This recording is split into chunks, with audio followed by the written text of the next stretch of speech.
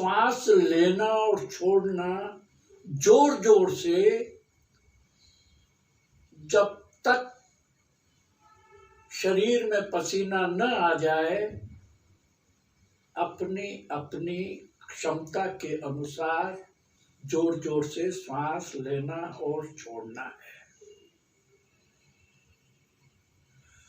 सारा निगरानी उसी श्वास पर केंद्रित कर देनी है। श्वास के साथ ही संलग्न हो जाना है। सारी निगरानी श्वास की तरफ, श्वास की ओर, श्वास की गति की ओर अपनी निगरानी को संलग्न कर देना है। क्योंकि आपने ध्यान के पहले एकाग्रता साध ली है, इसके कारण ये निगरानी, श्वास पर निगरानी करना सुलभ, सुगम हो जाता है। जब आप चारों तरफ से अपने को समेट लेते हैं, सारे विचार निर्विचार हो जाते हैं, कोई भाव नहीं, कोई विचार नहीं, केवल श्वास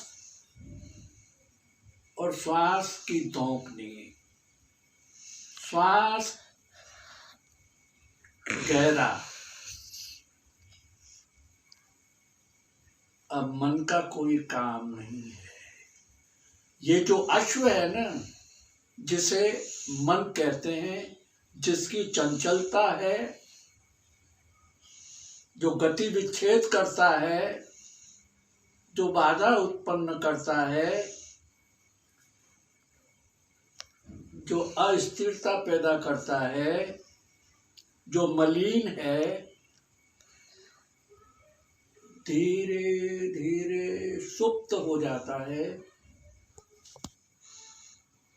निष्क्रिय हो जाता है और केवल श्वास और श्वास ही रह जाता है। श्वास का आना जाना, श्वास का नासापुटों से कंठ तक, कंठ से फेफड़ों तक, फेफड़ों से हृदय तक, हृदय से मणिपुर तक, मणिपुर से स्वादिष्टान तक, स्वादिष्टान से मूलाधार तक। श्वास की ऊर्जा की गति सारे पिंड में,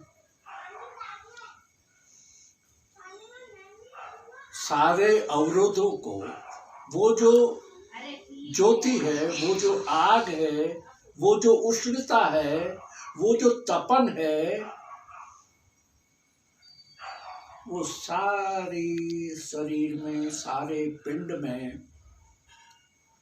व्याप्त हो जाती है और वो ऊपर से नीचे, नीचे से ऊपर, दाएं से बाएं, आगे से पीछे, ये सारी ग्रंथियों को तोड़ता हुआ, अवरुद्धों को मिटाता हुआ, ये ताप आपके पिंड में उस ऊर्जा से, उस ऊर्जा को, ये अंतर ऊर्जा है, ये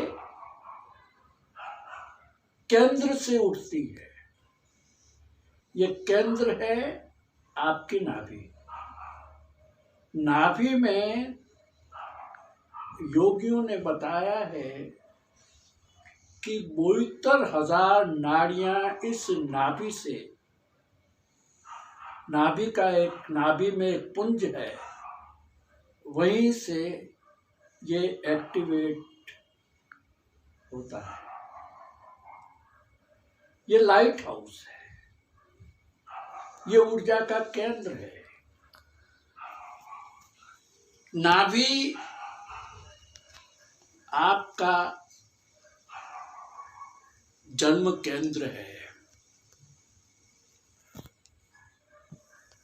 माता के गर्भ में आप नाभि से जुड़े रहते हैं और उसी से आपका भोजन होता है। जब परिपक्व अवस्था आती है पिंड की और जीव और ज्योति का प्रादुर्भाव जब भीतर होता है, तो फिर नाभि से, जब नाभि माँ के गर्भ से, नाभि केंद्र से, माँ के केंद्र से जब अलग होते हैं तो जन्म होता है। नाभि मूल केंद्र है, नाभि लाइट हाउस है, नाभि में 72,000 नाड़ियां हैं।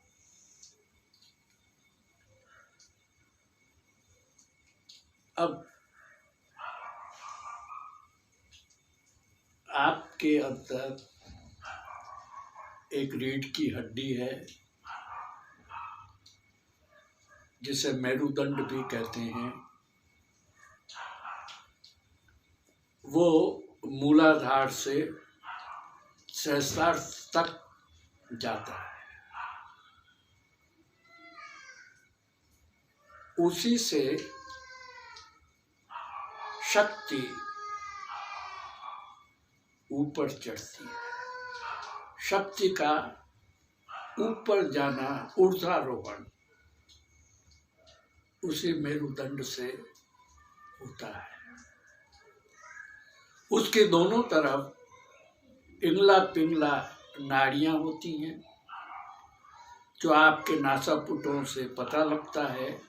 बाईं नाड़ी चंद्र नाड़ी, बायां नासापुट चंद्र नाड़ी से और दायां नासापुट सूर्य नाड़ी से, इंगला और पिंगला से जाना जाता है।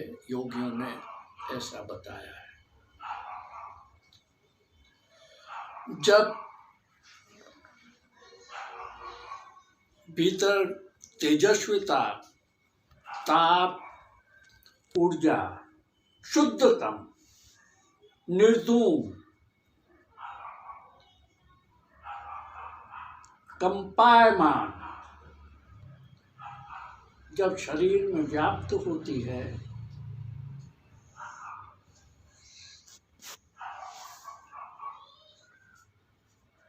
तो उसका अनुभूति होती है। सारे मन का मेल, सारे मन की चंचलता, इंद्रियों का शिथिलीकरण,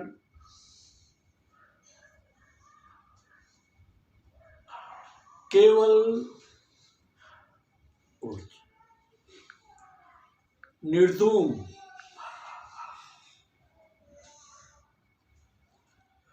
अंदर अंदर अंदर अंदर गतिमान रहती है।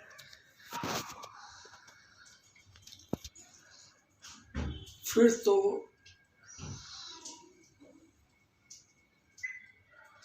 पिंड के भीतर ऊर्जा के पूर्ण तरह सक्रिय हो जाने के बाद धीमी गति से गहरा श्वास, आता जाता श्वास, बस देखते रहो, देखते रहो, देखते रहो, देखते रहो। सब मिट गया, सब गया। शुद्धतम, शुद्धतम, कोई विचार नहीं, कोई भाव नहीं, शरीर नहीं, मन भी नहीं, विचार भी नहीं, मैं भी नहीं।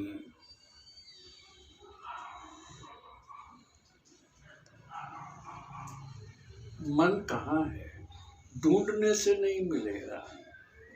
केवल श्वास ही श्वास है और कुछ भी नहीं है।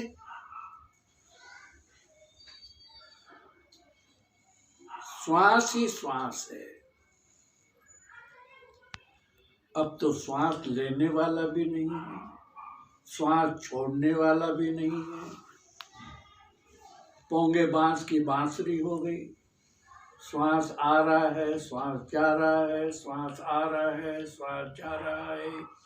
बस वही ऊर्जा है, वही ऊर्जा है, वही ऊर्जा है। कॉस्मिक एनर्जी, कॉस्मिक एनर्जी, शुद्धतम एनर्जी, शुद्धतम उष्णता। कोई धुआं नहीं, कोई सोर्स नहीं। कहाँ से आई, किसके घर्षण से आई, किस तरह आई, उसके सोर्स का, उसके उद्गम का कोई पता नहीं। वह तो सदा थी, सदा है और सदा रहेगी। केवल सुप्त थी, बस अब वो ऊर्जा जाग गई है और उसका अनुभव अद्भुत है, अवाक्य है। रोए रोए से प्रकट होता है, तुम्हारे आनंद से प्रकट होता है, तुम्हारे गूंगे के गुड़ के स्वाद की तरह हो जाता है।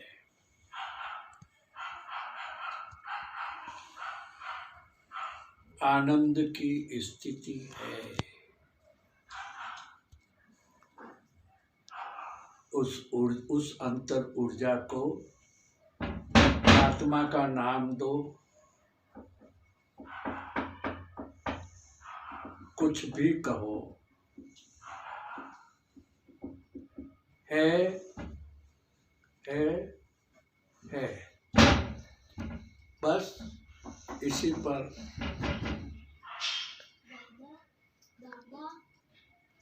केंद्रित कर। मन के रोगों के बारे में हमने चर्चा की। अंतर्ध्यान और उसकी पृष्ठभूमि पर हम बात कर चुके। मन के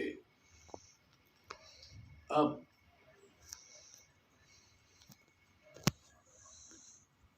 इस संबंध में और कोई जिज्ञासा होगी या और कोई प्रश्न होंगे तो हम मित्रवत हम यहाँ देख